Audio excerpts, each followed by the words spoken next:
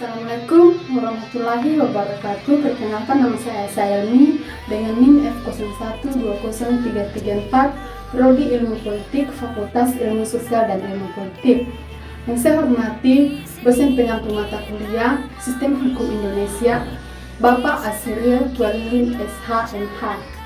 Langsung saja, di sini saya akan membahas tentang hukum kenegaraan yang terdiri dari 3 pembahasan. Yang pertama, ilmu negara, yang kedua hukum tata negara, yang ketiga hukum administrasi negara. Nah, yang saya bahas pertama yaitu ilmu negara.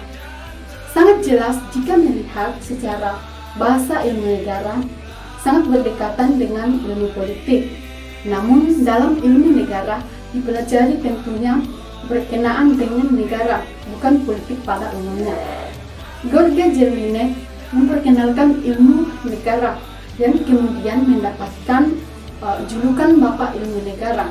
Nah, pandangannya tentang ilmu negara sebagai suatu keseluruhan dan membaginya ke dalam bagian-bagian yang berhubungan satu sama lain.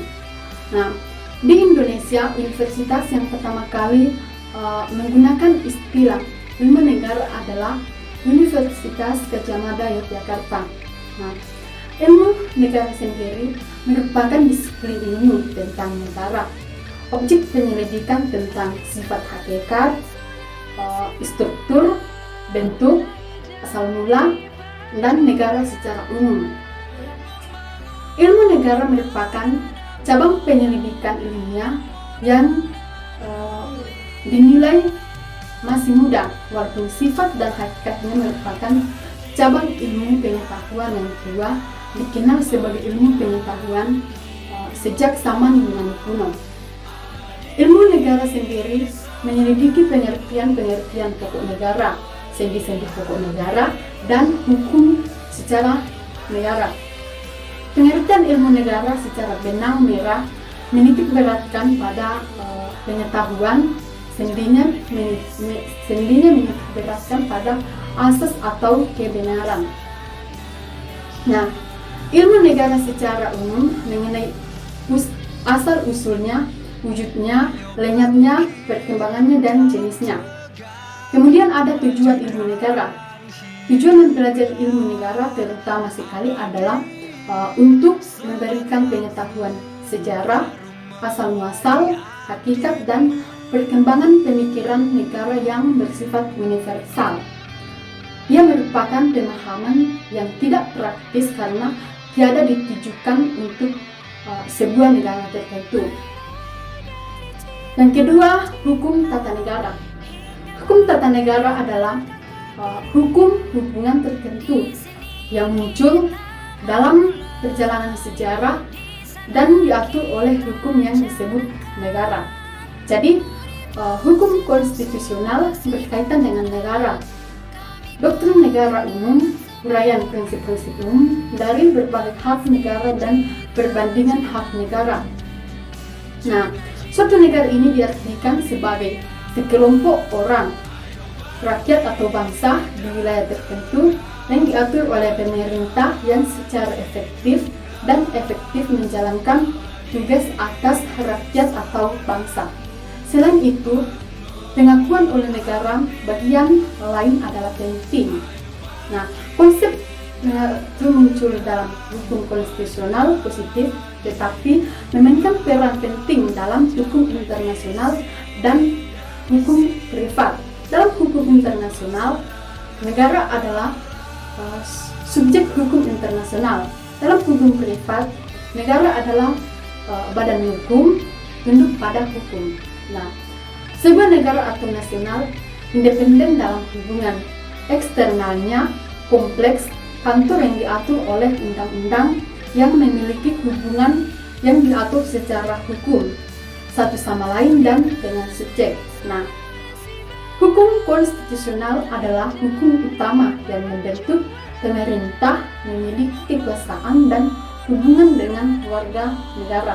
Nah, ini adalah karakteristik hukum konstitusional yang berkaitan dengan hubungan di mana pemerintah terlibat. Ini terutama hubungan antara berbagai badan pemerintah. Hubungan dengan warga negara cenderung pada bidang hukum administrasi, kecuali jika kita berbicara tentang alokasi alat kekuasaan terhadap warga negara. Nah, dalam pengertian kekuasaan konstitusional adalah potensi pemaksaan faktual. Kekuasaan adalah kekuasaan yang diatur secara hukum. Nah, hukum tata negara juga mengatur hukum dalam pemerintahan. Negara dalam hukum internasional sebuah negara bagian yang tidak pernah sendiri. Saat ini terdapat kurang lebih 192 negara bagian lainnya. Karena itu, hubungan internasional suatu negara menjadi suatu sangat penting. Nah, kemunculan dan kehancuran suatu negara dapat mengambil bentuk, meskipun secara kasar ada 3 cara satu negara dibagi menjadi beberapa negara bagian baru. Yang kedua, beberapa negara bagian digabung menjadi satu negara bagian baru. Dan yang ketiga, rakyat dapat menetap di wilayah yang belum negara tunggal. Nah, perhatikan bahwa lenyapnya pemerintah tidak menyebabkan keruntuhan negara dan kudeta yang tidak mempengaruhi keberadaan negara itu sendiri. Jadi, adapun fungsi hukum tata negara, yaitu fungsi konstitusi atau kelembagaan, yang dimana pertama-tama pemerintah harus didirikan melalui kantor-kantor.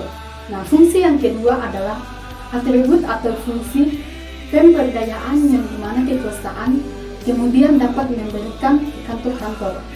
Nah, fungsi yang ketiga adalah fungsi mengatur atau memorasi, yang dimana hanya dengan cara itu kekuasaan ini dapat dikenakan atau ditentukan. Jadi, pembahasan yang ketiga adalah hukum administrasi negara. Hukum administrasi negara adalah keseluruhan peraturan yang mengatur tentang aparatur pemerintah dalam melakukan berbagai aktivitas atau tugas-tugas negara guna mencapai tujuan yang telah ditentukan. Nah, di sini ada pun sumber-sumber negara, yaitu sumber negara material dan sumber hukum formil. Sumber hukum material ini adalah faktor-faktor masyarakat yang dapat dengan mudah mempengaruhi pembentukan hukum atau faktor-faktor yang ikut mempengaruhi isi atau materi dari aturan-aturan hukum. Yang kedua, memiliki fungsi. Berdasarkan hasil pembahasan, fungsi hukum administrasi negara adalah beberapa macam, yaitu fungsi normatif, fungsi instrumental, dan fungsi sebagai jaminan hukum serta upaya hukum administrasi negara yang dituangkan dalam bentuk pengawasan, baik pengawasan secara internal dan pengawasan eksternal yang keduanya bersimetri. Jadi yang ketiga, objek. Berangkat dari pendapat Prof. Djoko Sitono SH bahwa hukum administrasi negara adalah hukum yang mengatur hubungan hukum antar jabatan-jabatan dalam negara dan para warga masyarakat. Maka dapat disimpulkan bahwa objek hukum administrasi negara adalah pemegang jabatan dalam negara itu atau alat-alat perlengkapan. Baik,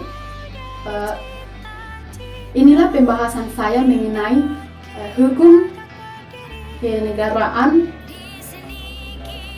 Jika ada pembahasan mulai dari awal sampai akhir, mohon dimaafkan. Sekian dan terima kasih. Assalamualaikum warahmatullahi wabarakatuh.